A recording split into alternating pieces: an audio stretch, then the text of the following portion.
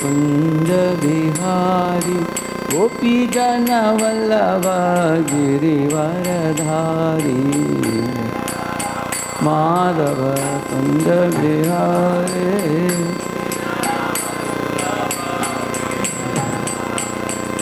यशोदानंदन व्रज जन रंजन यमुना तीरावतारी यशोदानंदन व्रज जन रंजन यमुना तीरावतारी यशोदानंदन व्रज जन रंजन यमुना तीरावनचारी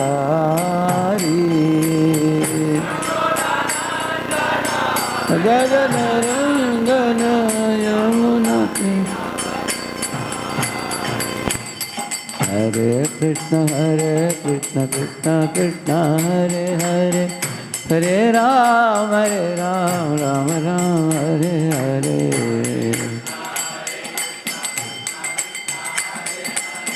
हरे राम हरे कृष्ण कृष्ण कृष्ण हरे हरे हरे राम राम राम हरे हरे कृष्ण कृष्ण हरे राम हरे कृष्ण कृष्ण कृष्ण हरे हरे हरे राम राम राम हरे हरे कृष्ण कृष्ण कृष्ण हरे हरे हरे राम गोविंद जय जय गोपाल जय जय राधा रमण हरि गोविंद जय जय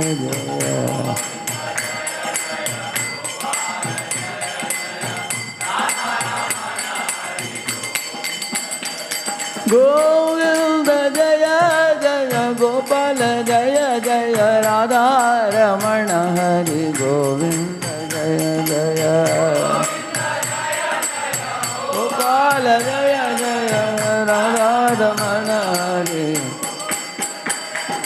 जय गोविंद जय गोपाल जय गोविंद जय गोपाल जय माधव दीन दयाल जय माधव दीन दयाल जय गोविंद जय गोपाल जय माधव दीन दयाल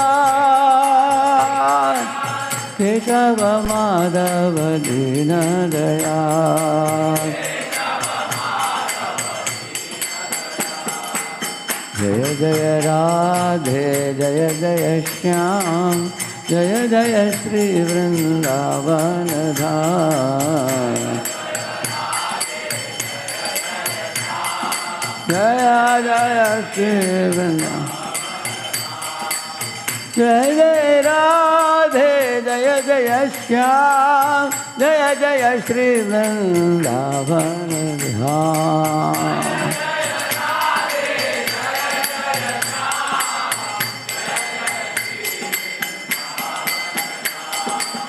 जय राधे जय जय श्याम जय जय श्री वृंदावन धाम निताय गौरंग जय निताय गौरंग निताय गौरंग जय निताय गौरंग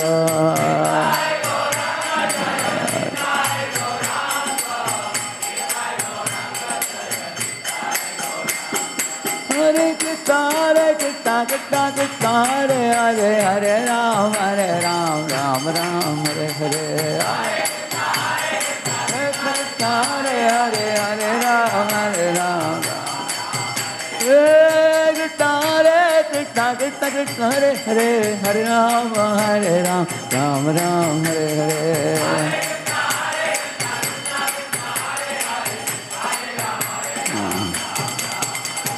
प्रभुपदा श्रील प्रभुपदा प्रभुपदा श्रील प्रभुपदा प्रभुपदा श्रील गुरुदेवा किल गुरुदेवा, गुरुदेवा किल गुरुदेवा।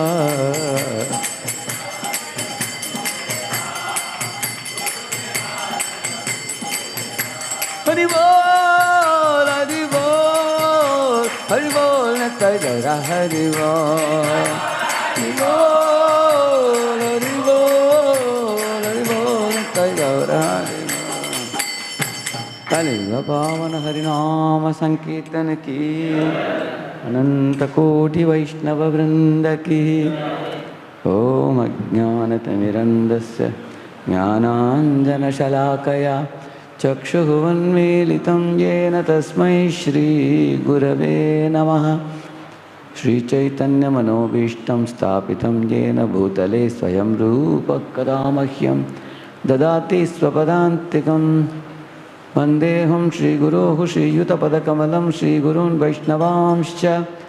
श्रीरूपं साग्रजातं सहगणरघुनाथान्वितं तं सजीवं साद्वैतं सावधूतं परिजनासहितं कृष्णचैतन्यदेवं श्रीराधाकृष्णपादान् सहगणललिता श्रीविशाखान्वितांश्च। नमो ॐ विष्णुपादाय कृष्णपृष्ठाय भूतले श्रीमते भक्तिवेदान्तस्वामिन्निति नामिने। नमस्ते सारस्वते देवे गौरवाणी प्रचारिणे, निर्विशेष शून्यवादी पाश्चात्यदेशतारिणे। वाञ्छाकल्पतरुभ्यश्च कृपा सिन्धुभ्य एव च पतितानां पावनेभ्यो वैष्णवेभ्यो नमो नमः। जय श्री कृष्ण चैतन्य प्रभु नित्यानंद, श्री अद्वैत गदाधर श्रीवासादि गौर भक्तवृंद। Hare Krishna Krishna Krishna Hare Hare, Hare Ram Ram Ram Hare. So should I speak in Hindi?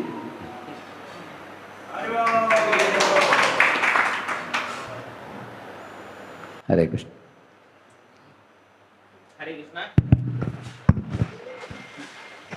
Hare Krishna. His grace Radhe Shyam प्रभु जी की। मैंने सुना है कि राधे श्याम प्रभु जी हम लिखते हैं RSP, तो he is personification of simple living and high thinking. आज प्रभु जी जो आ रहे थे एसी में जाते हैं। तो ये है राधेश्याम प्रभु। और राधेश्याम प्रभु के बारे में थोड़ा सा कुछ मैं बताना चाहूँगा। जैसे कि आज अगर मैं पर्सनली अगर बताऊं, तो अगर हम कुछ हैं या फिर हैं भी ना, हमारा एग्जिस्टेंस तो राधेश्याम प्रभु के लिए है। हमारा भक्ति, आप लोग सब लोग राधेश्याम प्रभु के लिए ही एग्जिस्ट करते हैं, क्योंकि सब लोग नहीं क्या डिवाइस करके ही भक्ति में आते हैं। तो ये है राधेश्याम प्रभु, जिन्होंने ऐसा एक मशीन बनाया, अनलिमिटेड रूप में नहीं क्या मशीन, वो मशीन से नहीं क्या भक्त निकल ही रहे हैं। अब दूसरा चीज़ है कि अगर राधेश्याम प्रभु खाली अंदर से जैसे है बाहर से भी वैसे, मतलब बाहर से जैसे अंदर से वैसे, सिंप्लिसिटी जो बोलते हैं। अगर मैं नागपुर में अगर हूँ, तो इसका पूरा का पूरा श्रेय जो है हिज ग्रेस राधेश्याम प्रभु को जाता है। क्योंकि मैं कंफ्यूज में था कि मैं कहाँ रहूँ, भुवनेश्वर में रहूँ कि नागपुर में रहूँ। तो मैंने निर्भय होकर जाके राधेश्याम प्रभु से पूछ लिया, प्रभु जी मैं कहाँ, मेरे को पुणे भी अच्छा लग रहा है। तो बोले कि you are brahmacharya, you can stay anywhere, you can go to London तो go to London, no problem. But आ गया। तो मैं बहुत खुश हो गया कि मैं कहीं पे भी रह सकता। फिर बाद में एक मेडिसिन दिए, your guru Maharaj want a big temple in Nagpur, so this is your duty, this is the duty of his disciples, they should assist their Guru Maharaj। मेरा एक ही आंसर में, मेरा आज तक मेरे को कभी कभी लोग बोलते हैं कि नागपुर में नहीं क्या अच्छा नहीं है, बुरा है, कोई पॉलिटिक्स है, ऐसा। जब से ये वर्ड्स मैंने सुना, मेरे को नागपुर में कोई पॉलिटिक्स दिखाई नहीं। दिस इज राधेश्याम प्रभु। तो और राधेश्याम प्रभु ने तो ऐसे इन अनगिनत है, इसके लिए 1 घंटा लगेगा, लेकिन फिर भी लास्ट एक बता देता हूँ। मैं परसों ही एक क्लास दे रहा था, तो उसमें हम लोग बता रहे थे कि हमको राधेश्याम ने सिखाया है कि we should never serve the guest, आप भी सान लीजिए। प्रभु जी एक बता रहे थे हमको, प्रभु जी प्रश्न ही बोल रहे थे, I never serve the guest, I pamper the guest. तो आज अगर कुछ भी अगर नहीं कि हम सेवा कर, हालांकि पैम्पर नहीं कर पाए कुछ भी प्रभु जी को, अगर कुछ भी अगर सेवा कर पा रहे हैं वो भी नहीं कि राधे श्याम प्रभु का ही शिक्षा है, कृपा है और उनकी मतलब हमारे ऊपर शिक्षा। इसीलिए हम राधे श्याम प्रभु जी का 3 बार, एक बार हरे कृष्ण महामंत्र से उनका स्वागत करते हैं। हरे कृष्णा कृष्णा कृष्णा हरे हरे, हरे राम राम राम हरे हरे। ऐसे बोलने के लिए नहीं, का अनलिमिटेड चीज़ है। एक बार मैंने एक सेमिनार दिया, उसमें राधे श्याम प्रभु बैठे थे, तो वो देने के बाद राधे श्याम प्रभु मेरे पास आ गए और कहने लगे कि I learn so many things from your lectures. तो एग्जैक्टली उनका हार्ट जो है मदर की तरह है। आज मैं कभी भी कुछ भी टेंशन आ जाता हूँ, राधे श्याम प्रभु का एक लेक्चर सुन लेता हूँ, खत्म, सब टेंशन खत्म। तो ये है तो राधे श्याम प्रभु। आज सब लोग ने क्या, जैसे स्पॉन्ज है ना, सूखा स्पॉन्ज की तरह रहिए, जो बोल रहे हैं एब्जॉर्व कर लीजिए, आपका लाइफ 100% सक्सेसफुल है। हरे कृष्णा। हरे कृष्णा।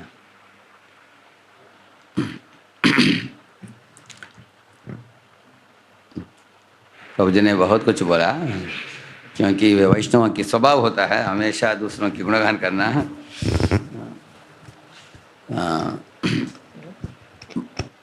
इस ग्रेस ब्रजेंद्र तनय प्रभु और आराध्य प्रभु, ये सब लोगों को मैं बहुत सालों से, शुरुआत के दिनों से देखते आया हूँ ईमानदारी से।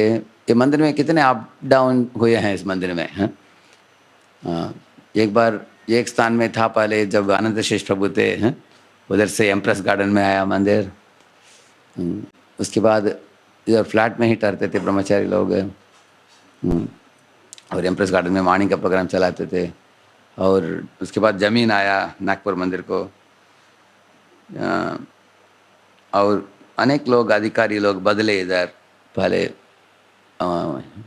कुछ अध्यक्ष थे, उसके बाद और एक अध्यक्ष आए, 2-3 लोग। लेकिन आज के दिन इधर जो भी पुराने वक्ता इधर ठहरते हुए अपने भक्ति को जारी रखे हैं,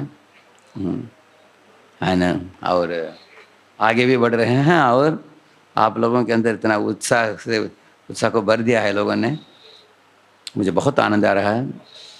अनेक सालों से मैं नागपुर आ नहीं पाया मैं, लेकिन आपकी कीर्तन स्टेशन में भी सुना, अभी भी सुना। इसमें बहुत बड़ा शक्ति है इसमें। Very good sign. तो एक्चुअली मेरे पास एक पावर पॉइंट था, मैं दिखाने के लिए सोच रहा था, लेकिन I didn't tell you to arrange for PPT. अच्छा, TV is good. Where is it? They're going to bring it? Where are they bringing it from? They're going to bring it here? Is it? But we have only half an hour. लेकिन मैं उसके बदले दूसरे topic के ऊपर मैं बोलता हूँ आपको। कहीं भी इस तरह के भक्त लोग जुड़ कर रहते हैं, 3 चीज़ बहुत इंपॉर्टेंट है जिसके बारे में बताऊंगा आपको। सर्वप्रथम, हम सब हर एक व्यक्ति अपने आध्यात्मिक पोषण को बढ़ाने में अगर ध्यान देता है, उससे वो स्थिरता को प्राप्त करता है भक्ति में। उसको हम बोलते हैं भक्ति शक्ति, बोलते हैं उसको हम भक्ति शक्ति। जितना भक्ति शक्ति आप में बढ़ेगा, कुछ एक्टिविटीज़ हम लोग अकेले करते हैं, कुछ एक्टिविटीज़ हम लोग भक्तों के साथ करते हैं। उदाहरण के लिए नाम जप करना, आपको नाम का उच्चारण करना पड़ेगा और ध्यान से सुनना पड़ेगा उसको। और इसी तरह आप किताबों का स्वाध्याय, पढ़ाई करना उनका, वो भी आप खुद करते हो। आप श्रवण करते हैं, आप प्रभुपाद जी की, गुरु महाराज की और वैष्णव की लेक्चर सुनते हैं। तो श्रवण करना और पढ़ाई करना, नाम जप करना, और कुछ सेवाएं आपके लिए होता है, वो खुद अकेले होकर भी आप करते हो। जैसे किसी का डेटी का बैकअप है, वो बैकअप सेवा करता है। किसी का झाड़ू पोंछा मारना होता है, वो करता है। This are all services where you do alone. तो जीव गोस्वामी के अंडर में एक श्यामानंद पंडित थे, उनका नाम था पहले दुखी कृष्णदास करके नाम था उनका। तो 3 लोग थे, दुखी कृष्णदास और गोपाल भट्ट गोस्वामी के एक श्रीनिवास आचार्य थे, और नरोत्तम दास ठाकुर थे जो लोकनाथ गोस्वामी के शिष्य थे। तो तीनों एक ही आश्रम में ठहरे थे, जैसे आप लोग ठहरे हो साथ में। और ये तीनों में जिनों को अलग अलग सेवा दिया जीव गोस्वामी ने। तो दुखी कृष्णदास को उन्होंने सेवा दिया कि तुम सेवा कुंज में जाकर झाड़ू मारो रोज। उन दिनों में छोटा झाड़ू होता था, तो और उन दिनों में ज़्यादा मिट्टी भी एकदम मुलायम होता है वृंदावन में, देखा ना आप लोगों ने। अगर आप झाड़ू मारते हो तो धूल उड़ता है, वो नाक में जाता है, आंखों में जाता है, हमको खांसी आ जाएगा हमको। अगर आजकल कुछ स्थान को सफाई करना हो तो लोग बेंड किए बिना ऐसे कर लेते हैं, है ना। उसका ये होता है आजकल, करेक्ट है ना। एक लंबा राड होता है, खड़े खड़े होकर बेंड किए बिना करते हैं। लेकिन उनके पास छोटा था, ऐसे झाड़ू मार रहे थे, ऐसे धूल उठ रहा था। लेकिन वो करते करते उनकी आंखों से अश्रु बहने लगी। क्या, क्यों अश्रु बहने लगी? वो तो प्रेमाश्रु था कि मुझे युगल की सेवा मिला है, गुरु ने दिया है, मैं कितना बड़ा परम भाग्यशाली हूँ, दिव्य ज्ञान भी प्राप्त हो रहा है, साथ साथ सेवा भी प्राप्त हुआ है मुझे। बहुत आनंदित होकर उन्होंने सेवा किया, बहुत खुशी के साथ। इसलिए हमारे सेवा को हम बोलते हैं लविंग डिवोशनल सर्विस, करेक्ट है ना। जैसे एक छोटा बच्चा शिशु होता है, एक नौकरानी लगाकर उसकी देखभाल भी किया जा सकता है, नहीं तो माँ भी देखभाल कर सकती है उसको। दोनों एक है पर उसमें फ़र्क है। हाँ, आपको क्या लगता है? दोनों एक समान है, नहीं तो उसमें फ़र्क है? हाँ, थोड़ा फ़र्क है, बहुत फ़र्क है, बहुत फ़र्क है। क्योंकि ये नौकरानी जो है, इधर उसको 5,000 मिल रहा है महीने में, अगर पड़ोस के घर में उसको 5,500 देने के लिए वो तैयार हैं, तो ये छूट जाएगा इनका, इधर छोड़ के उधर चली जाएगी। तो उनका मतलब किसके साथ है? पैसे के साथ है। लेकिन माँ का संबंध पैसे के साथ नहीं है, किसके साथ है? बच्चे के साथ। दूसरा चीज़ है, बच्चा ये जो नौकरानी होती है, वो बोलेगी ये टाइम आऊँगी और ये टाइम जाऊँगी, इसके आगे 1-2 घंटा चाहे तो करूँगी, लेकिन आपको थोड़ा वेतन बढ़ाना पड़ेगा, करेक्ट है। लेकिन माँ जो सेवा देती है बच्चे को, वो कैलकुलेट नहीं करती हो। एक दिन 8 घंटे का सेवा किया, अगले दिन में बच्चा सोता है, माँ कसरत करती है, रात को माँ सोना चाहती है, बच्चा उठ जाता है। रात अर्ध रात्रि में उठकर कुआ कुआ कुआ आवाज़ करता है। मैंने विद्यार्थियों को पूछा एक बार, अगर तुम्हारे पास एक छोटा शिशु दिया जाता है, रात को कुआ कुआ करता है, क्या करोगे? बोल थप्पड़ मारूंगा, बोला।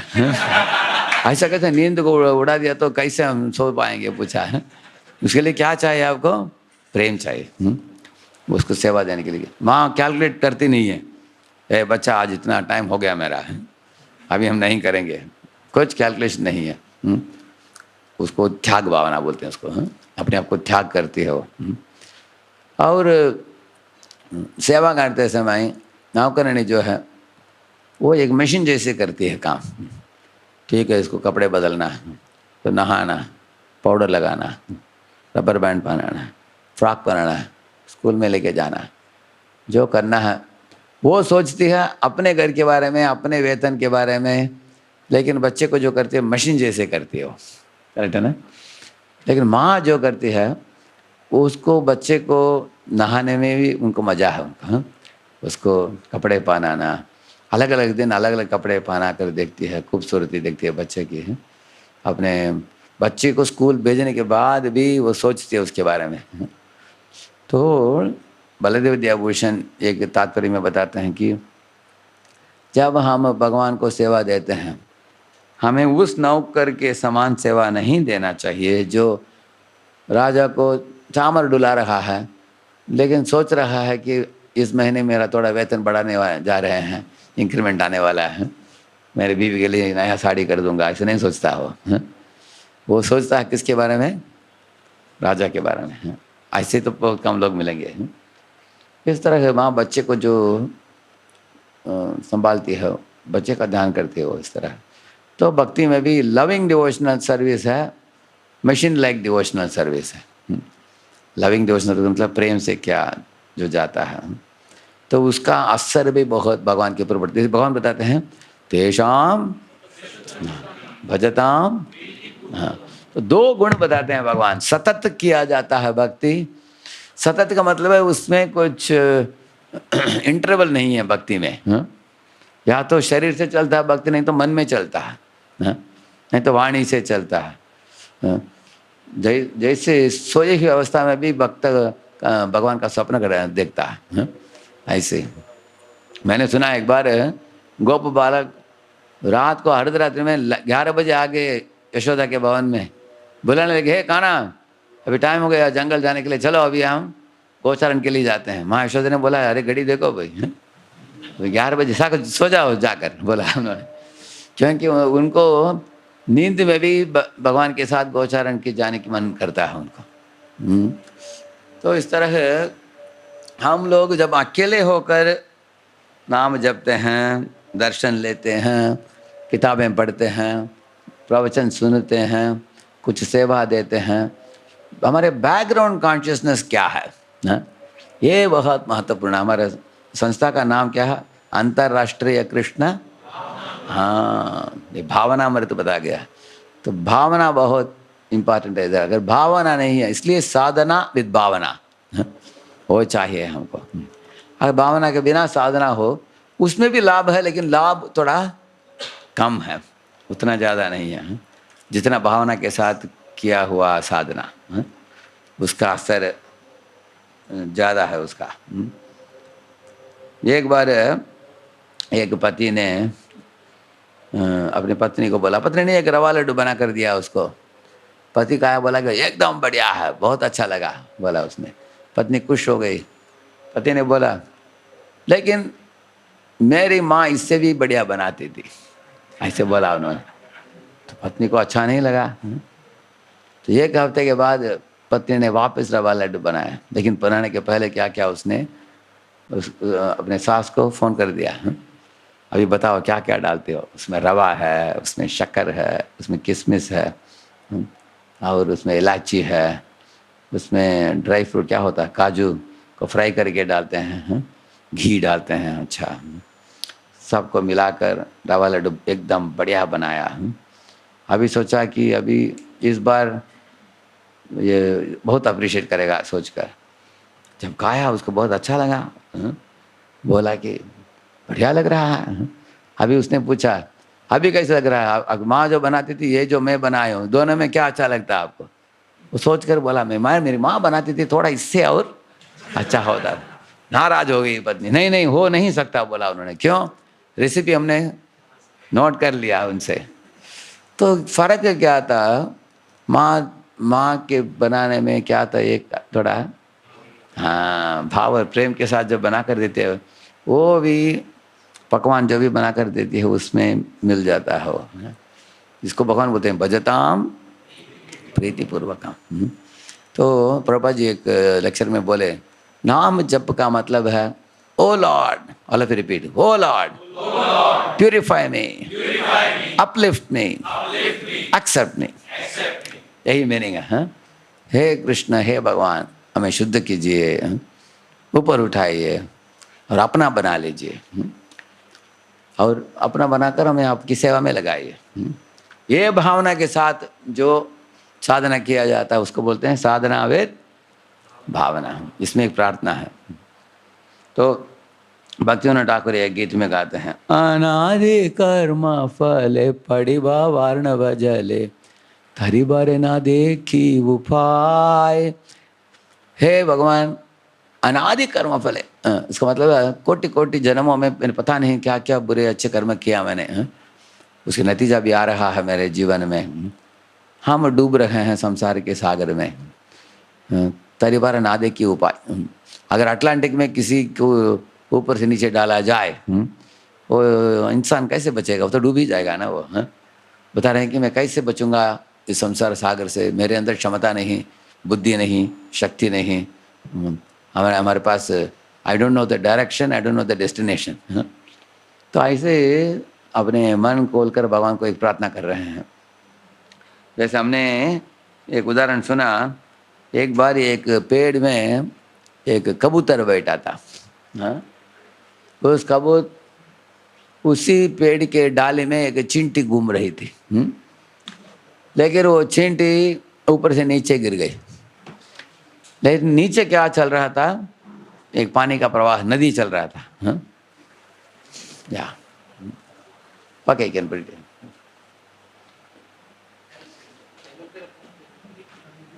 धीरज प्रभु, you have to connect with the Bluetooth, huh? Okay.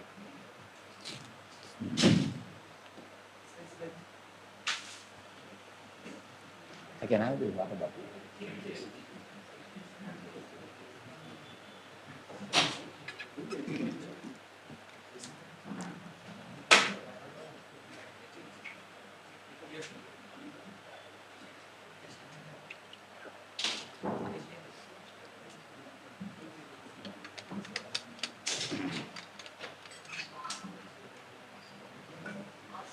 तो जो मैं बता रहा था कि एक पेड़ से एक चींटी गिर गया, नीचे क्या चल रहा था, एक नदी बह रहा था।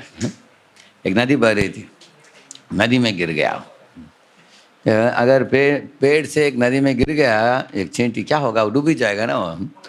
लेकिन एक अच्छा चीज़ हुआ, वो कबूतर ने एक पत्ते को तोड़कर नीचे डाला, तो पत्ते मिलते ही वो चींटी उसके ऊपर चढ़ गया। धीरे धीरे धीरे किनारे में आ गया, ऐसे उसको वापस चढ़ गया ऊपर। इसी तरह से प्रभुपाद जो कबूतर जैसे हैं और हम सब लोग चींटियाँ हैं, गिरे हैं संसार के प्रवाह में। और पत्ता क्या है, इस्कॉन है। इस्कॉन के अंदर बैठ गए हम लोग आकर। और वो हमको लेके जा रहा है किनारे में, और हम भगवत धाम लौट जाएंगे वापस। लेकिन ये पत्ते में ठहरना हमको, पत्ते को छोड़कर वापस हम कूद मारे पानी में तो डूब जाएंगे, है ना। रहना चाहिए हमको। इस तरह हम लोगों का यत्न जो अकेले होता है। Okay, it's coming now.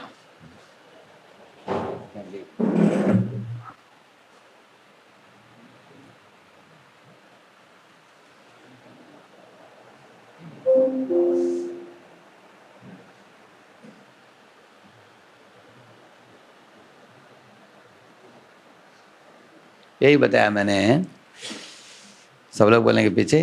ध्रुव उवाच योऽन्तः प्रविश्य मम वाचमिमां प्रसुप्ताम् सञ्जीवयत्त किल शक्तिधरस्वधाम्ना अन्यांश्च हस्तचरणश्रवणत्वगादीन् प्राणान्नमो भगवते पुरुषाय तुभ्यम्। ध्रुव महाराज ने साधना की अपने गुरु नारद मुनि के उपदेशानुसार। उन्होंने बोला था कि मधुवन में जाओ बच्चे, उधर एक भगवान कृष्ण का एक विग्रह बनाओ, उनको फूल चढ़ाओ, फल जो भी जंगल में मिलता है उसको भगवान को भोग चढ़ाओ, और रोज भगवान का नाम लो। ओम नमो भगवते वासुदेवाय। इंद्रिय और मन को संयमित करो और भगवान हरि के चिंतन में अपने चित्त को एकाग्रित करो। इस तरह करते रहते हो रोज, आसानी से तुम भगवान हरि का दर्शन प्राप्त करोगे। और 6 महीने में प्राप्त कर लिया उन्होंने। इस तरह का गुरु के आशीर्वाद से भगवान हरि की दर्शन हो गई। तब भगवान ने देखा कि छोटा शिशु 5 वर्ष का बालक, इनका अक्षराभ्यास भी नहीं हुआ था, गुरुकुल भी नहीं गए थे। ऐसे बच्चे क्या श्लोक बोल पाएगा। बोलने की इच्छा तो थी लेकिन बोलने के लिए वो सक्षम नहीं थे, संस्कृत में उतना जानकारी नहीं है उनको। लेकिन भगवान ने अपने शंख को लेकर उनके सर के ऊपर रखा। ऐसे क्यों रखा उन्होंने? भगवान ने सोचा मैं भी शंख बजाकर मंगलमय वातावरण को निर्माण कर सकता हूँ। इससे और भी परम मंगलमय है अगर इसके सर को छूंगा, ये श्लोक बोलेगा, उसको उत्तम श्लोक बोलते हैं। उत्तम श्लोक का मतलब क्या है?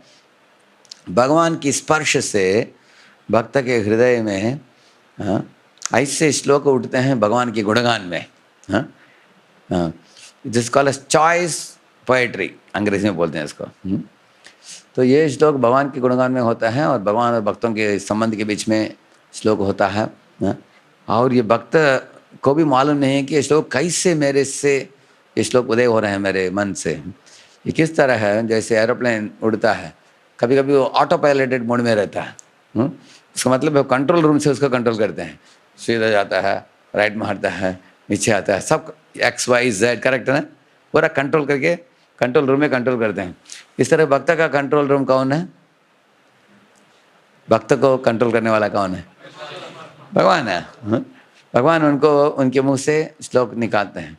जैसे भी हारमोनियम है, नहीं तो मृदंग है, अगर अच्छा ध्वनि निकलता है मृदंग से नहीं तो हारमोनियम से, आप किसको गुणगान करोगे? इंस्ट्रूमेंट को। आप बोलेंगे कितना अच्छा हारमोनियम है, ऐसे बोलेंगे, नहीं तो बजाने वाले को गुणगान करेंगे आप। हाँ, इसलिए भक्त लोगों को मालूम है कि मैं अच्छा निमित्त बनूंगा तो भगवान मेरे द्वारा अच्छा चीज़ करवाएंगे। जैसे भगवान ने बोला निमित्त मात्रम भव सव्यसाची। सव्यसाची का मतलब है वो ऐसे भी तीर चला सकता है, ऐसे धनुष को पकड़ ऐसे भी चला सकता है। कुछ लोग लेफ्टी होते हैं, वो लेफ्ट से करते हैं। अर्जुन राइटी भी था, लेफ्टी भी था, इसलिए उनको सव्यसाची बोलते हैं। दोनों हाथ से चला सकता था। तो बड़ी निपुण था, लेकिन उसको मालूम भी था कि मेरी निपुणता के पीछे मर्म क्या है, कृष्ण की शक्तिपात है। वो बाद में बोलेगा, वो उधर भागवत में एक श्लोक आता है, तद्वै धनुष्ट इषभः सरतो हयास्ते सोहम रति नृपतयो यत आनमन्ति सर्वं क्षणेन तदभूदसदीश रिक्तम भस्मन् हुतम कुहकराप्तमिवोक्तमुष्याम। ऐसे एक श्लोक है, वो बताता है कि मैं वही अर्जुन हूँ, वही रथ हैं, वही घोड़े हैं, वही झंडे हैं, वही धनुष है, गांडीव है। मेरे अंदर जितना शक्ति था पहले अभी क्यों नहीं है? क्योंकि भगवान ने शक्तिपात किया पहले, अभी शक्ति को निकाल दिया। क्योंकि रणभूमि में चाहिए था वो भगवान ने दिया, अभी वो रखेंगे मेरे पास, मैं गर्वित होकर उसका दुष्प्रयोग करने की संभावना है, इसलिए भगवान ने उसको दे लिया। जैसे अभी बल्ब जल रहा है, इसको स्विच ऑफ कर देंगे तो ये ऑफ हो जाएगा। इस तरह इसको इसके अंदर बिजली घुसेगा तब चमकता है, बिजली को निकाल दिया तो ऑफ हो जाता है। इस तरह भगवान भी शक्तिपात करते हैं। ध्रुव को शक्तिपात किया भगवान ने शंख से स्पर्श करके, बोल रहा है कि मेरे हाथ, मेरे पैर, मेरे सर, मेरे चेहरे, मेरे अवयव सब दीदीप्यमान हो गए हैं, जैसे एक लोहे को आग में डालो तप जाता है वो। इस तरह आपने दृष्टिपात, आपकी दृष्टिपात करके शक्तिपात किया आपने शंख को स्पर्श करके। इसलिए खास करके मेरे जिह्वा को आपने इतने शक्ति से भर दिया कि मैं इस तरह की श्लोक बोल पा रहा हूँ। तो ये भक्ति शक्ति का प्रदर्शन हम देख सकते हैं इस तरह है। तो एक जैसे मैंने आपको अभी बताया, इधर कौन बैठा है नरसिंह देव के गोद में? प्रहलाद। उन्होंने पूछा नरसिंह देव ने, प्रहलाद अभी बताओ तुमको क्या वरदान चाहिए, मैं देने के लिए तैयार हूँ। तब उनको एक तुरंत गुरु का स्मरण आया। वो बोल रहा था कि एक श्लोक बोलता हो, क्या श्लोक हो?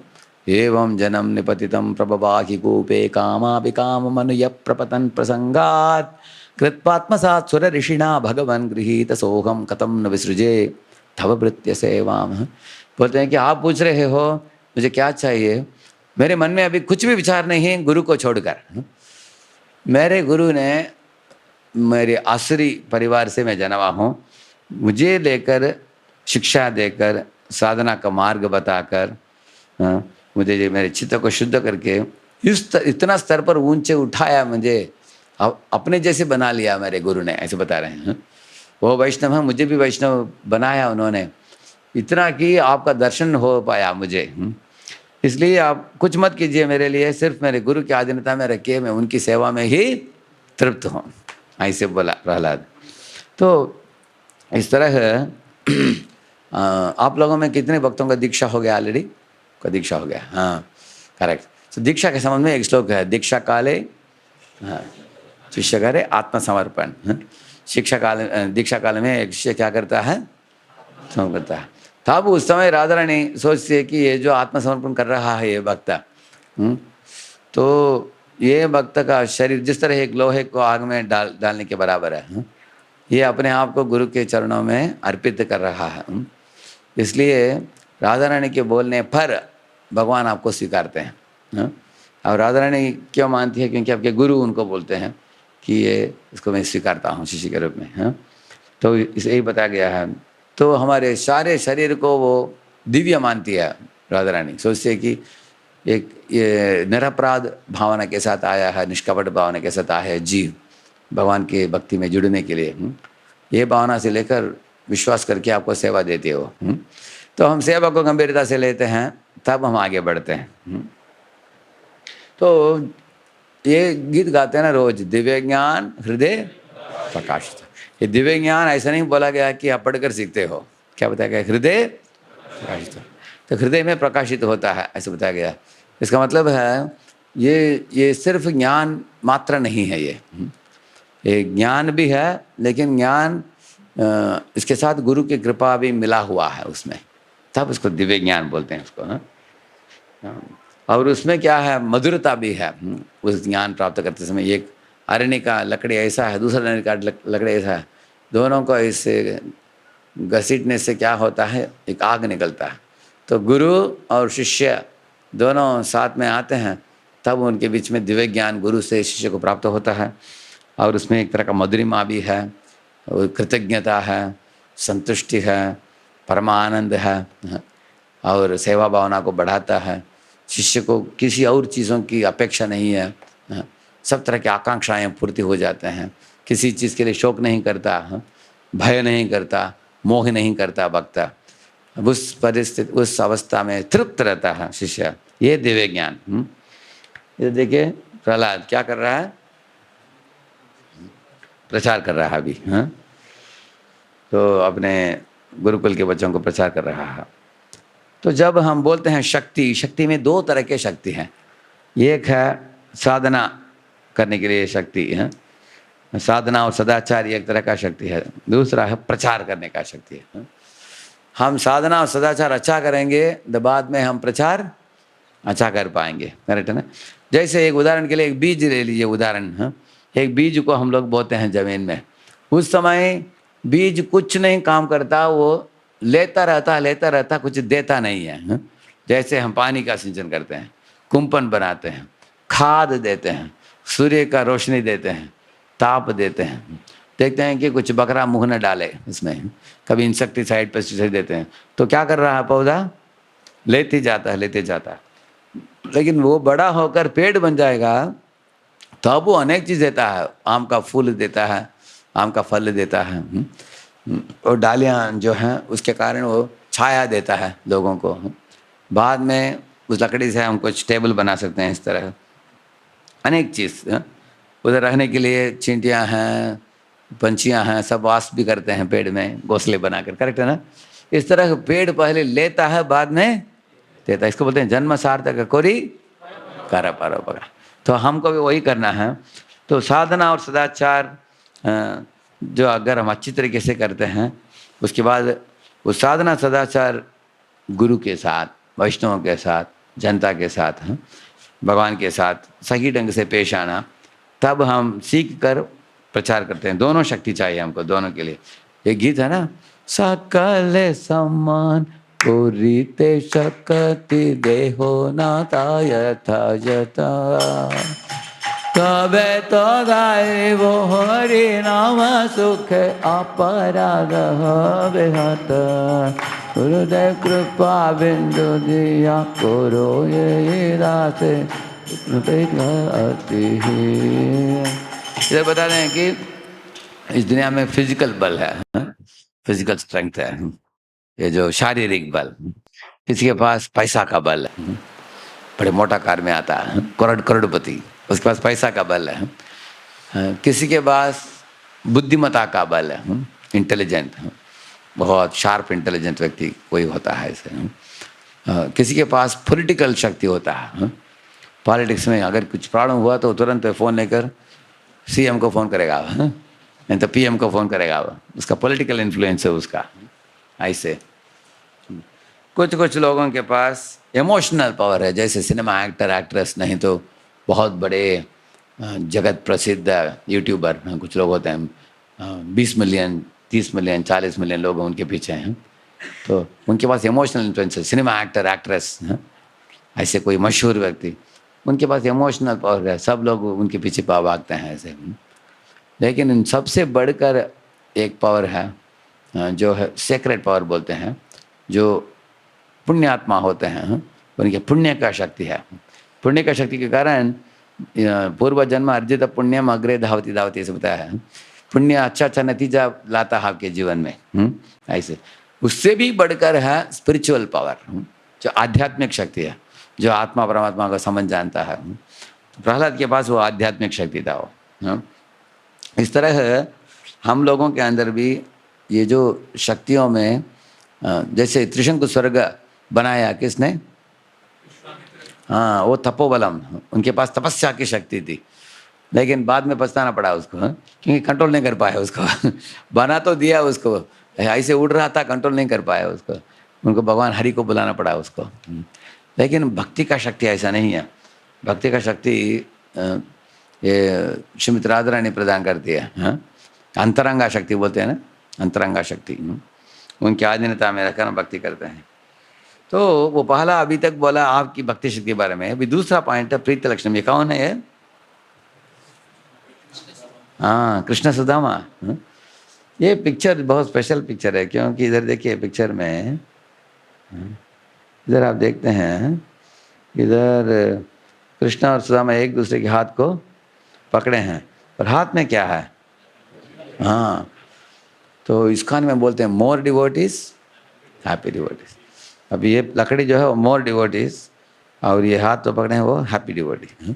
इसका मतलब है हमको गुरु के मिशन को भी निभाना चाहिए, साथ साथ हमको प्रेममय संबंध भी जोड़ना चाहिए भक्तों के साथ।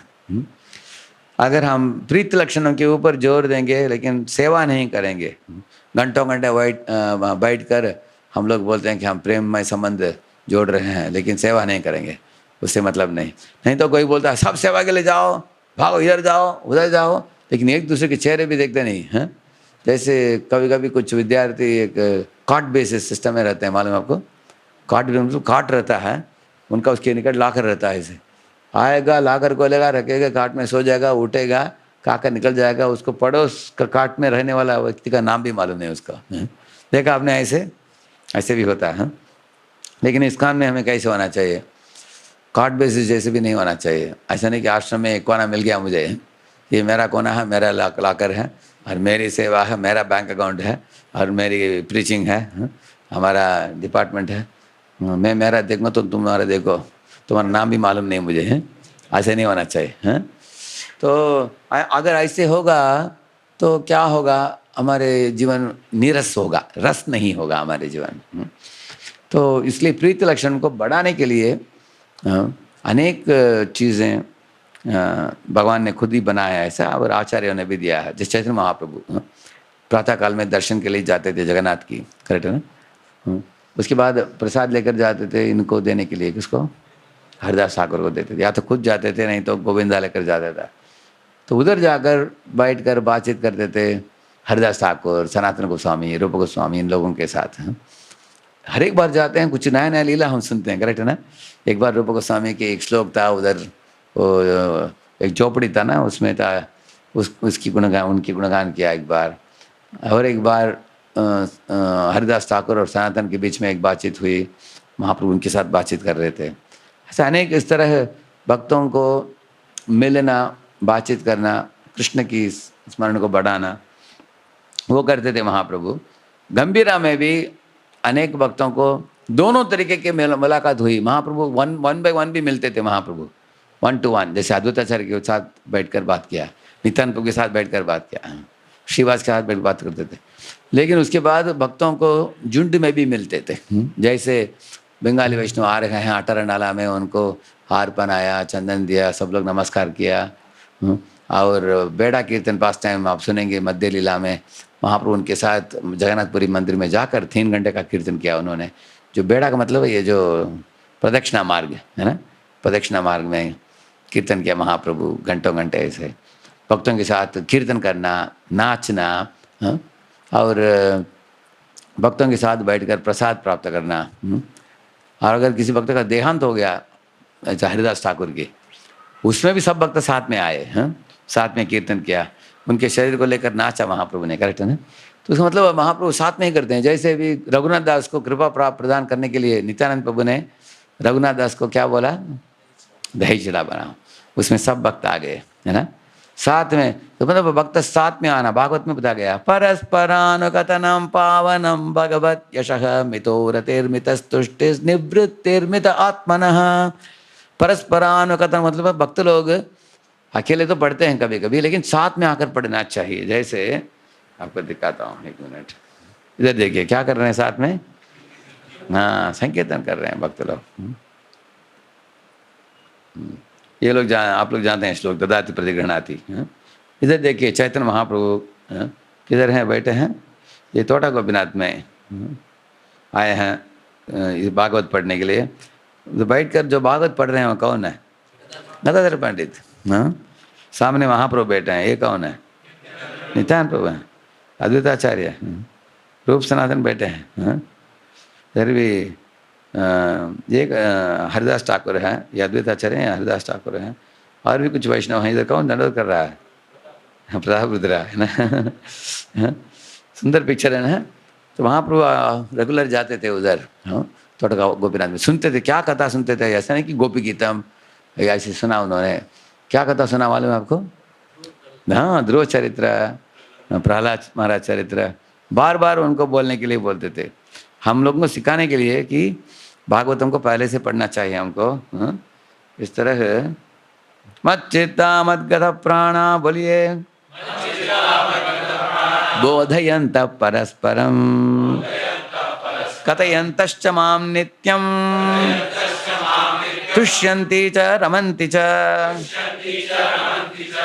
मेरे शुद्ध भक्त सदा मेरे स्मरण करते हैं, उनके जीवन सदा मेरे भक्ति में सेवा में डूबे रहता है, और वो बहुत परम तुष्टि प्राप्त करते हैं मेरे कथा को श्रवण करने में, बोलने में, और वो परम आनंद को प्राप्त करते हैं, एक दूसरे को बताते हुए भगवान देखो क्या क्या, भगवान के व्यवहार देखो, भगवान के लीला देखो, इस तरह है, उसमें परम आनंद प्राप्त करते हैं। ये भक्तों का लक्षण बताते हैं भगवान कृष्ण, इसमें इसको प्रीति लक्षण बोलते हैं। तो महाप्रभु साथ में पढ़ते हैं भागवत, साथ में कीर्तन में नाचते हैं। हाँ, इसी तरह भगवान, यही श्लोक बोला मैंने। इधर आप देख रहे हैं कि कृष्ण और सुदामा जब जंगल में जाकर काष्ठ काट कर लेकर आए, वो लोग बहुत बड़ा एक बाढ़ आ गया, तो वापस लौट नहीं आ पाए रात को, पूरे रात उधर ही रहे जंगल में। अगले दिन सुबह गुरु चिंतित होकर ढूंढते हुए गए, बच्चों को मिले, देखा कि दोनों बच्चे हाथ में लकड़ी पकड़े हैं, एक दूसरे के हाथ पकड़े हैं, जैसे मैंने दिखाया आपको। तुष्टो हम वो द्विजश्रेष्ठा सत्या संतु मनोरथाः छंदांसि अयातयामानि भवन्त्विह परत्र च, ऐसे एक श्लोक बोला। ऐसा और एक श्लोक है उधर, सुंदर सुंदर श्लोक बोलते हैं गुरु। तुष्टो हम भो द्विजश्रेष्ठा, हे आप दोनों बच्चे, आप लोगों की सेवा से मैं बहुत तुष्ट हूँ, संतुष्ट हूँ।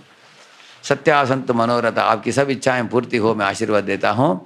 खास करके एक बात बोला उन्होंने, छंदाम से अयातयामानि भवन्त्विह परत्र च, आश्रम में आप लोगों ने जो सीखा आजीवन वो ताजा रहे, वो कभी भी, जैसे अगर भोजन बनाते हो कुछ समय के बाद सड़ जाता हो, लेकिन गुरु बोल रहे हैं कि आप जो भी सीख रहे हो अभी, ये 20, 30, 40, 50, अगर आपका उम्र 80 भी क्यों न जाए, आपके उत्साह कभी न घटे। आपके उत्साह ज्ञान को पढ़ने में, समझने में, बताने में परम आनंद आप प्राप्त करें, ये गुरु के आशीर्वाद है।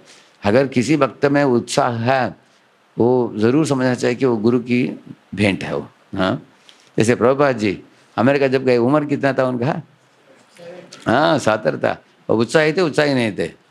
हाँ, उनका उत्साह देखेंगे प्रभुपाद जी के, एक दिखाता हूँ आपको।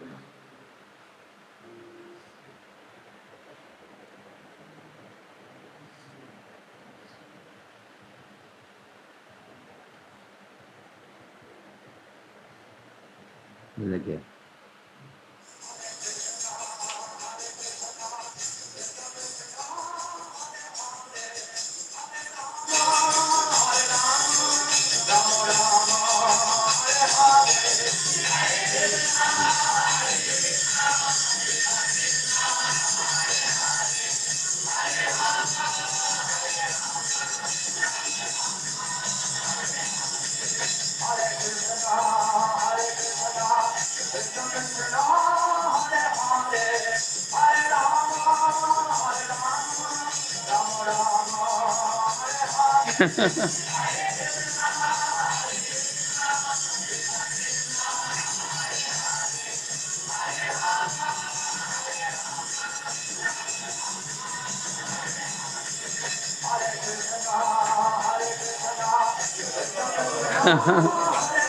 चलते हैं।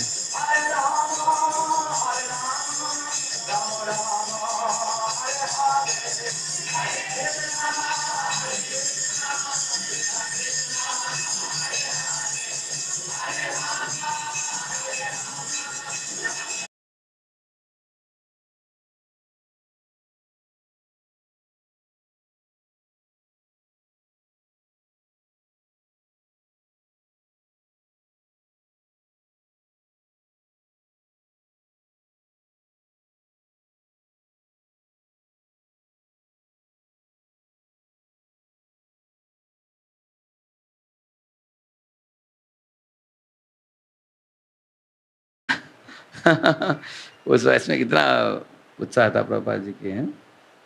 फिर ये गुरु के आशीर्वाद है, हैं। वो दूसरा बता दिया, लास्ट बता देता हूँ। दक्षता का मतलब एक्सपर्टिस। सो प्रीति लक्षण को बढ़ाने के लिए 6 चीज़ हैं। ददाति, प्रतिगृह्णाति, गुह्यमाख्याति, पृच्छति, भुंक्ते, भोजयते च। षड्विधाम प्रीति लक्षणम।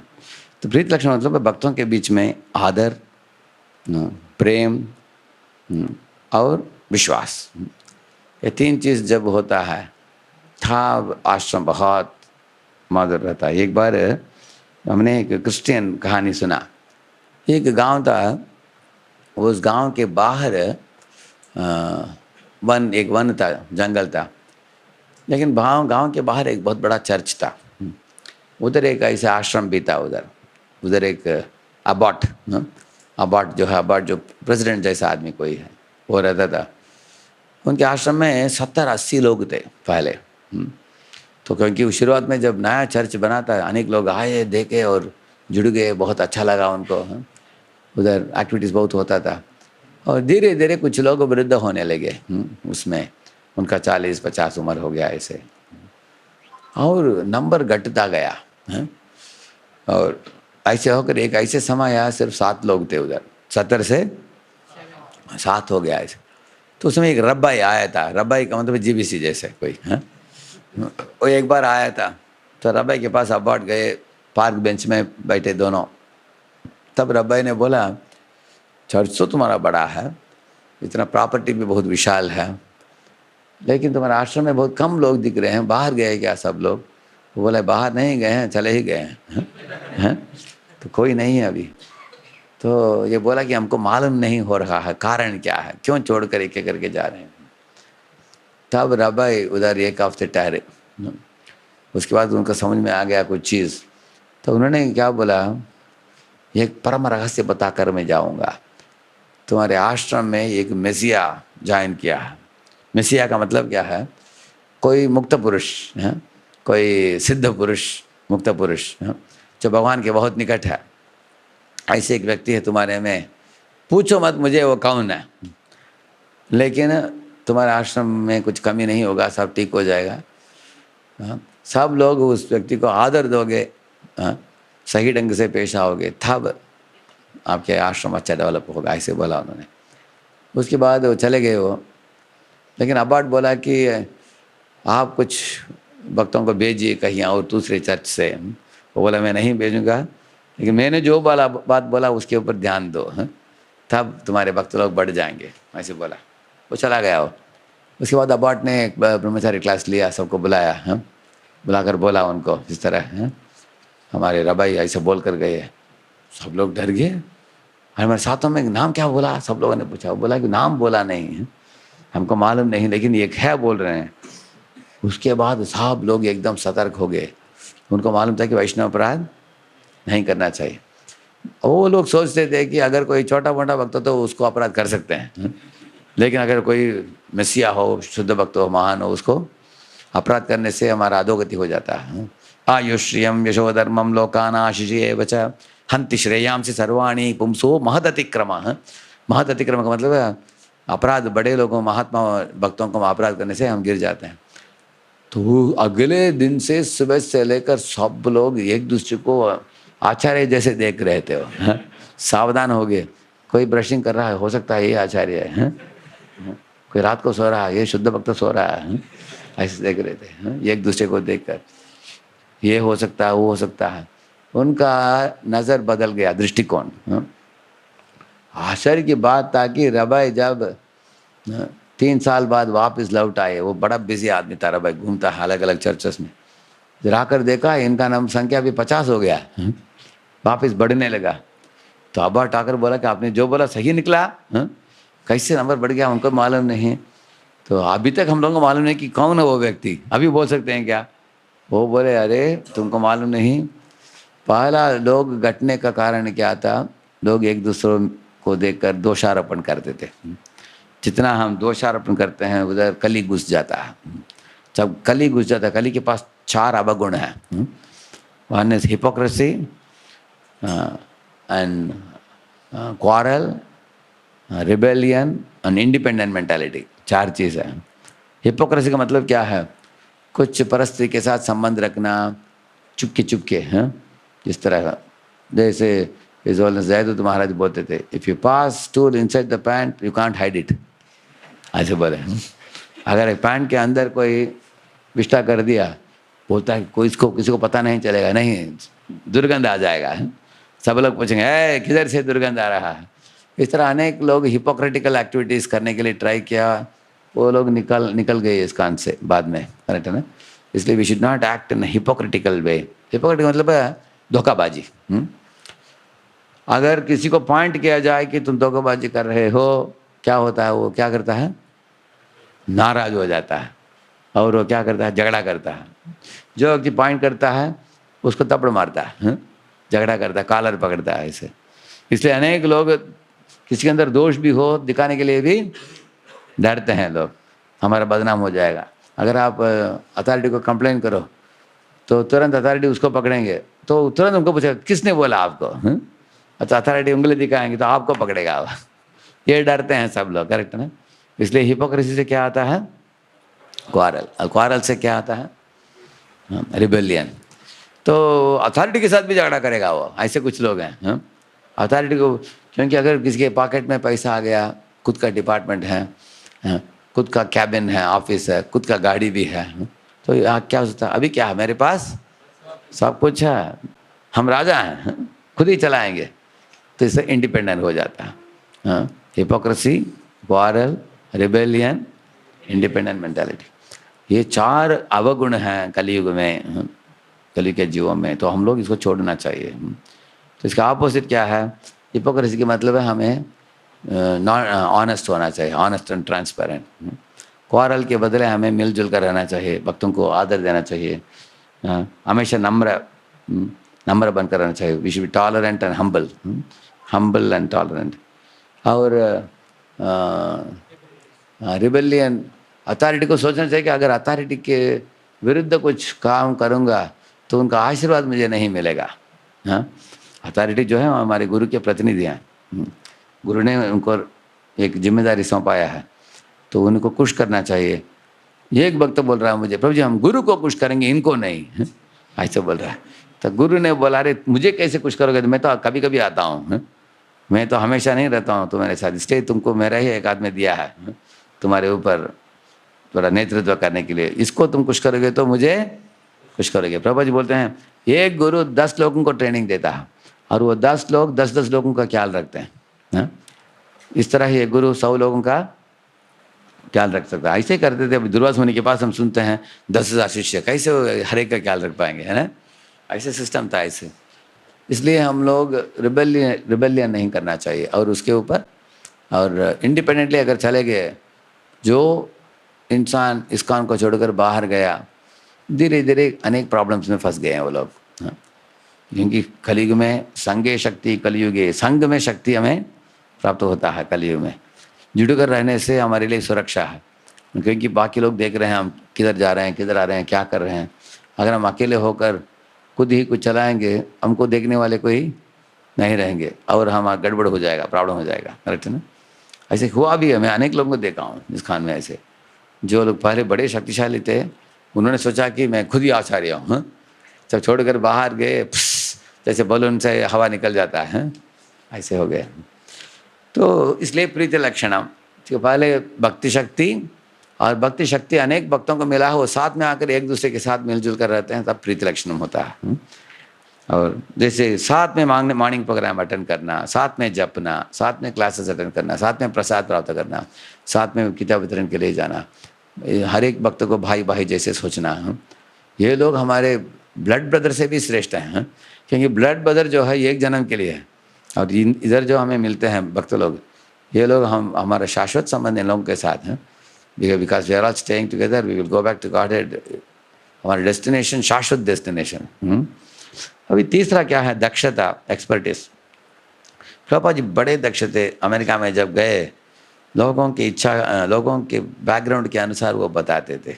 हाँ ऐसे, हाँ मैं इधर था ढेंकानाल में, ढेंकानाल नाम का भुवनेश्वर के पास है एक जगह, वो भक्त ने बोला कि प्रभु जी कल आपका 11 बजे प्रोग्राम है, हाँ?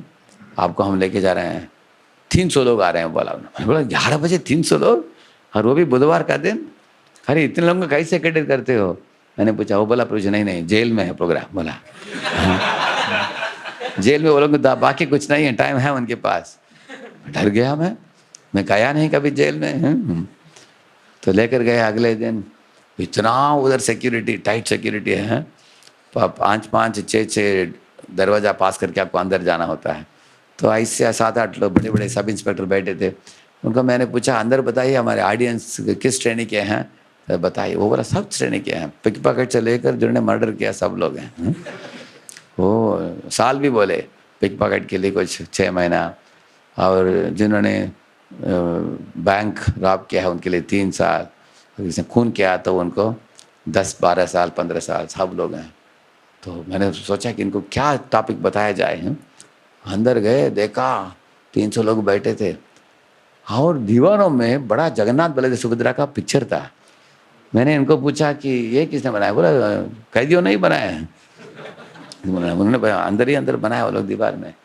उन्होंने बोला कि अभी पिछले 1 साल से इस्कॉन आ रहा है, महीने में 1 बार आते हैं वो लोग, इनको भगवद गीता दिया है, माला दिया है, और ये लोग तो अभी आगे बढ़ रहे हैं बहुत अच्छा। वो बोले कि शाम के टाइम सर्किल बनाकर जपा करते हैं। ऐसे बोले। अभी आज हम लोगों को कंट्रोल करने का काम बहुत आसान हो गया, पहले इन लोगों को लाठी लेकर मारना पड़ता था, अभी हम लाठी दिखाते हैं लेकिन मारना नहीं पड़ता है, एकदम सज्जन बन गया अभी अनेक लोग बता रहे थे। तो मैं पहले कीर्तन किया, जयराधा माधव करके हरे कृष्ण किया, अचानक मैंने आवाज़ सुना उलुकल का, उलुकल करते हैं ना, देखा क्योंकि उधर 10-20 माताएं कैदी भी हैं,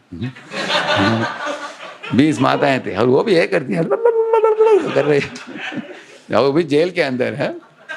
कितना आश्चर्य की बात था।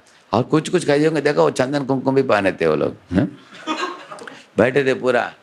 मैं इसके बारे में बोला, हजामिल कथा बोला उनको, पूरा कथा बोलने के बाद प्रश्नोत्तर का टाइम आया, एक व्यक्ति हाथ खड़ा किया, तो उसने प्रश्न पूछा, स्वामी जी आप बोल रहे हैं कि यमदूत हैं, इसका प्रूफ क्या है? ऐसे पूछा उसने। सब लोग ताली बजाने लगे। हमारे में भी एक व्यक्ति है जो बुद्धिमान है और प्रश्न पूछ रहा है ना ऐसे। मैंने बोला देखिए जब आपने चोरी किया तब एक पुलिस पकड़ा आपको, करेक्ट है ना? तो हाँ बोले, इस तरह अगर हम पाप करते हैं तो यमदूत पकड़ते हैं। मैंने बोला हाँ सही बोला आपने। तुरंत समझ गया वो, तुरंत है। उसके बाद सब लोग माला लिए हैं। तो हम लोग लाए थे कुछ 60-70 माला लाए थे, सब खत्म हो गया है। और भी क्यों बहुत लंबा था, अनेक लोगों को चाहिए था। तो बोले कि अगली बार हम आते समय लेके आएंगे। लेकिन मैंने क्यों बोला, प्रभुपाद जी लिखते हैं When Ajamila was about to die, उनका लास्ट पॉइंट में क्या हुआ, The constables of the superintendent of death arrived there. ऐसे लिखते हैं, क्या लिखते हैं? Constables of the superintendent of death. अभी superintendent of death कौन है? यमराज। उनके कांस्टेबल कौन है? तो ये पाश्चात्य देश के लोग इस तरह बताएंगे तो समझ पाएंगे, नहीं तो कैसे समझेंगे। उनके इस तरह प्रभुपाद बोले Brahma ji is the first engineer of the universe, ऐसे बोलते हैं। तो अभी हमारे कठोपनिषद में एक उदाहरण है, रथ और रथी, जो रथ में बैठा हुआ व्यक्ति है। आजकल कितने लोग ऑफिस रथ में जाते हैं, किस में जाते हैं लोग? इसलिए प्रभुपाद ने क्या उदाहरण दिया? Car and driver. तो ये दक्षता है। दक्षता का मतलब है हमें लोगों को ऐसी भाषा में समझाना चाहिए जिसको लोग पकड़ सकते हैं, समझ सकते हैं। करेक्ट है ना? आप प्रभुपाद के तात्पर्य देखेंगे, एक प्रश्न उठाएंगे प्रभुपाद जी, लॉजिकल प्रश्न, सब लोग हाँ हाँ सारे हिलाएंगे, सही पूछा आपने, और उसका जवाब भी दे देंगे वो उसके बाद। हाँ, इतने अच्छे तरीके तात्पर्य दिया।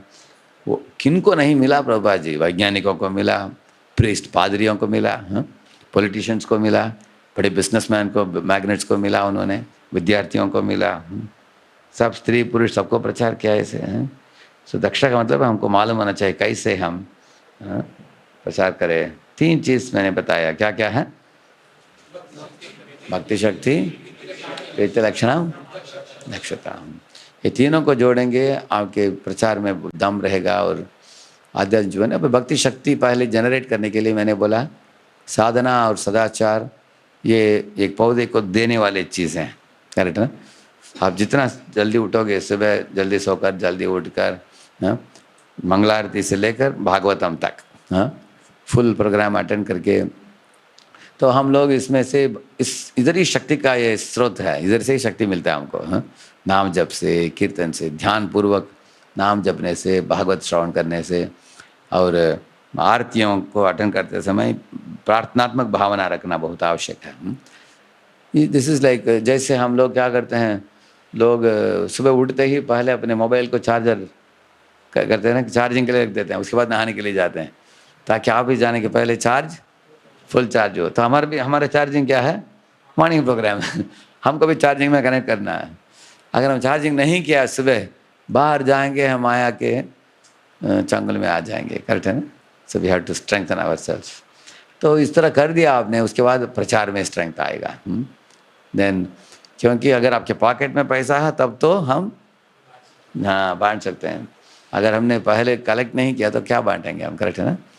तो मेरे गुरु महाराज जी एक बार बोला उन्होंने उदाहरण, एक व्यक्ति एक पौधा को बड़ा कर रहा था, एक बकरा आया खाने के लिए, बोला डोंट ईट बोला उसको। एक व्यक्ति लकड़हारा एक कुल्हाड़ी लेकर आया, डोंट कट बोला ऐसे। एक बूढ़ी नारी आई, कुछ पत्तों को तोड़कर, सूखा पत्तों को तोड़कर कुछ बनाने के लिए, वो बोला डोंट प्लक ऐसे बोला। वो तीनों लोग चले गए। कुछ सालों के बाद वही पौधा क्या हो गया? बड़ा हो गया, विशाल हो गया।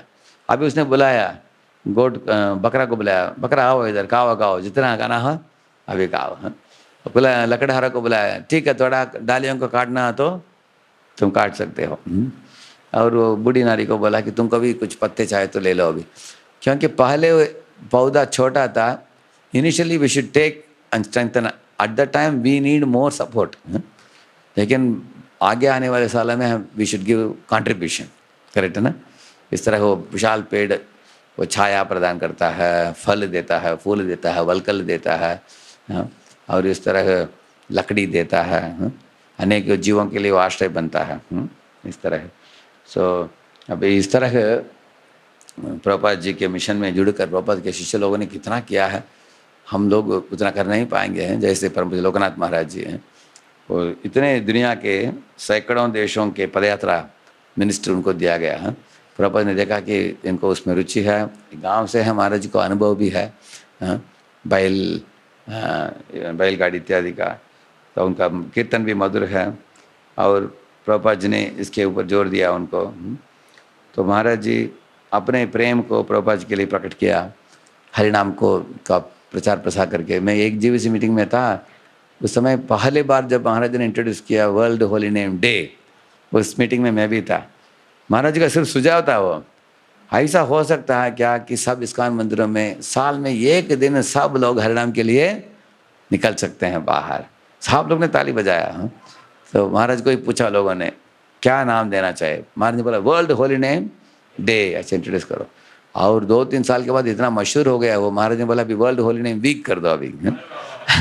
तो एक पूरा हफ्ता मंदिरों से 10-10, 20-20 हरिनाम पार्टी जाना चाहिए अलग अलग कोने में, आउटडोर कीर्तन ऐसे किया। इस तरह महाराज के इच्छा है कि हरिनाम, प्रभुपाद की किताबें, प्रसाद, इनका भी वितरण हो। और पुणे में महाराज जी एक भागवत कथा करते हैं साल के एंड में, लगभग 4,000 लोग आ जाते हैं उसमें। पंडाल में 4,000 लोग बैठे हैं, खाने वाले, प्रसाद लेने वाले, और भी 1,000 जोड़ना चाहिए उसमें। 5,000 हो जाता है ऐसे। बहुत बढ़िया प्रसाद बनता है, महाराज देते हैं। अनेक अलग अलग टॉपिक के ऊपर हर बार लेते हैं। ये तो 20 साल से ज़्यादा पूना में चलते आया है ऐसे। तो महाराज, और महाराज के इसके साथ उनका एक खास रुचि है मंदिरों में आर्टिस्ट्री है। अगर आपने नोएडा में देखा होगा, जो उधर डायरामा बनाया है ना, उधर म्यूरल्स बनाया है गोल्डन कलर का, उधर बनाया है। और नीचे देखेंगे राम सीताराम का विवाह का, देखा आपने? कितने लोगों ने देखा है? एक बहुत लंबा, बहुत सुंदर है वो। You are in Delhi? बहुत सुंदर है। तो महाराज के आर्टिस्ट में बहुत इसी तरह पंढरपुर मंदिर में भी प्रदक्षिणा मार्ग में बनाया है, एक चीज़ आपने देखा होगा। तो ये जो आने वाला है आपके यहाँ इधर नागपुर में और पंढरपुर में, ये तो जगत प्रसिद्ध हो जाएंगे हाँ ये मंदिर। तो all over the world people will come to see. तो आप लोगों के सामने महाराज ने ऐसे एक प्रोजेक्ट आप लोगों को एक भेंट के रूप में दिया है, क्योंकि प्रोजेक्ट नहीं हो तो कुछ चैलेंज नहीं है जीवन में, और युवकों को चैलेंज के बिना लाइफ बोरिंग हो जाएगा हाँ। इसलिए महाराज ने इससे एक अच्छा आप लोगों के लिए चुनौती दिया है। आप खुद भी अभ्यास कीजिए, मजबूत बन जाइए आध्यात्मिक जीवन में। बुनियाद जो है, जो मॉर्निंग प्रोग्राम, इसको अच्छा कीजिए। आपस में मिलजुल कर भाई भाई जैसे रहिए, एक दूसरे को सहयोग दीजिए, और भक्ति शक्ति प्रीति लक्षणम दक्षता, तीनों को जोड़कर ये संस्था को आगे बढ़ा सकते हो बहुत अच्छी तरीके से।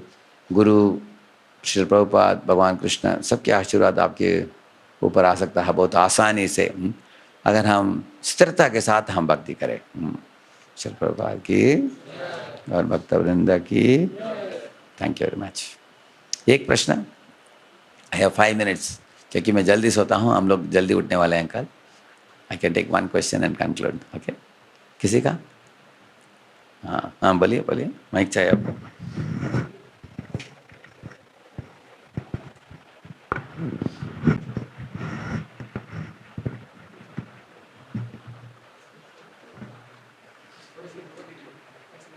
हाँ, I can speak. Hare Krishna. Puji, what should we keep aim in our Krishna conscious life? To keep the to please the spiritual master and follow him as he says, or to achieve Krishna prem by the end of this life as we recite daily? First one, अगर आप गुरु को कुछ करोगे तो कृष्ण प्रेम तो अपने आप मिल जाएगा। एक उदाहरण देता हूँ मैं आपको। एक लड़का बीटेक पास करके वो नौकरी के लिए गया इंटरव्यू के लिए।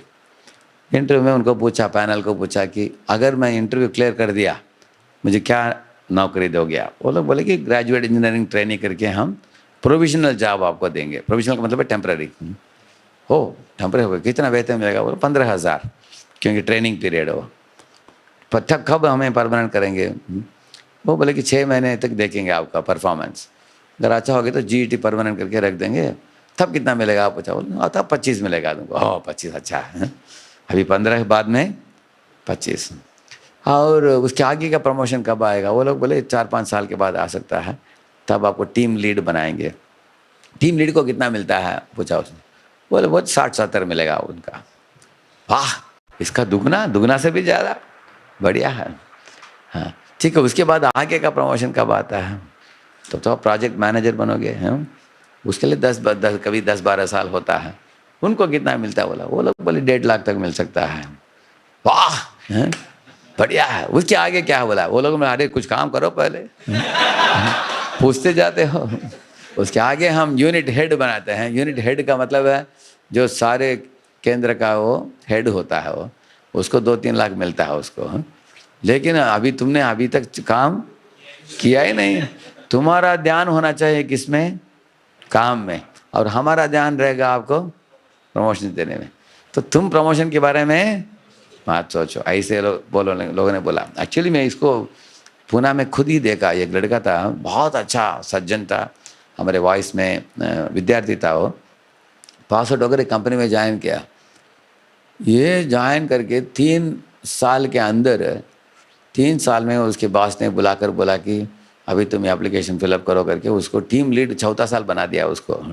तुरंत उसको जर्मनी भेज दिया। उसको जर्मनी में था 1 साल के लिए, और वापस लौट आने के बाद उसको उसको बोला कि 2 साल और करो, तुमको प्रोजेक्ट मैनेजर बना देंगे। उसको 6 साल 6.5 साल में उसको प्रोजेक्ट मैनेजर बना दिया। ये लड़का मुझे आकर बोला, प्रभु जी मेरे बॉस मुझे पूछे बिना सब प्रमोशन दे दिया, मुझे मालूम भी नहीं था क्या पोस्ट आ रहा है कंपनी में, कब अप्लाई करना है। मेरा अनेक लोग रिकमेंडेशन के लिए अनेक लोगों के पास जाते हैं। ये बोला कि मैंने किया ही नहीं कुछ, मेरा पूरा फोकस किधर है, काम में है। और मेरा बॉस मेरे पीछे बड़ा देखते रहता है, वो प्रमोशन देते रहता है, पैसा भी बढ़ाता रहता है और मेरा अप्रिसिएशन करता रहता है, ऐसे बोले। तो मैं उससे मैं खुद भी सीखा कि आध्यात्मिक जीवन में हम लोग अपने सेवा के ऊपर ध्यान देना चाहिए और हमको आगे बढ़ाना। गुरु एक्चुअली एक जगह प्रभुपाद बताते हैं कि 3रे स्कंद में, ये में स्वधर्म निरतः तपस समाधि, उसका तात्पर्य पढ़ सकते हैं आप। ये में स्वधर्म निरतः तपस समाधि, उसको पढ़ेंगे आप, अध्यात्म योग विजिता भगवत प्रसादा, बहुत सुंदर श्लोक है वो। उसके तात्पर्य प्रभुपाद जी बताते हैं कि एक शिष्य को चिंता नहीं करना चाहिए कि मैं भगवत धाम लौटूंगा कि नहीं, उसका पूरा अटेंशन चाहिए किसमें, गुरु की सेवा में। क्योंकि उसको भगवत धाम लौट कर लेके जाना किसका काम है, गुरु का काम है। एक वक्त पूछा प्रभुपाद जी को, प्रभुपाद जी मैं बैक टू गॉडेड अगर पहुंच गया, गोलोक के द्वार में मैं आप पहुंचा, आप तो अपने स्वरूप में रहेंगे, आपको पहचानूंगा कैसे। प्रभुपाद बोले वो तुम्हारा चिंता नहीं है, मैं अंदर लेके जाऊंगा तुमको तुम उसके बारे में सोचो मत, ऐसे बोला उन्होंने। तो हम लोग, ये सत्य बात है कि अगर एक करोड़पति का बच्चा है, पिताजी का बात मानकर रहता तो शांति से रह भी सकता है, उसकी सब सुविधाएं दिए जाएंगे उसको। अगर पिताजी से झगड़ा करके निकल गया सड़क में, वो भिखमंगा होकर घूमेगा, करेक्ट है। इसलिए हमारा गुरु के साथ सही संबंध, सही सेवा भावना, इन चीज़ों के ऊपर हमें ध्यान देना चाहिए। समझ में आ रहा है बात सब भक्तों को। Thank you. चेल प्रभुपाद की, हर भक्तवृंदा की।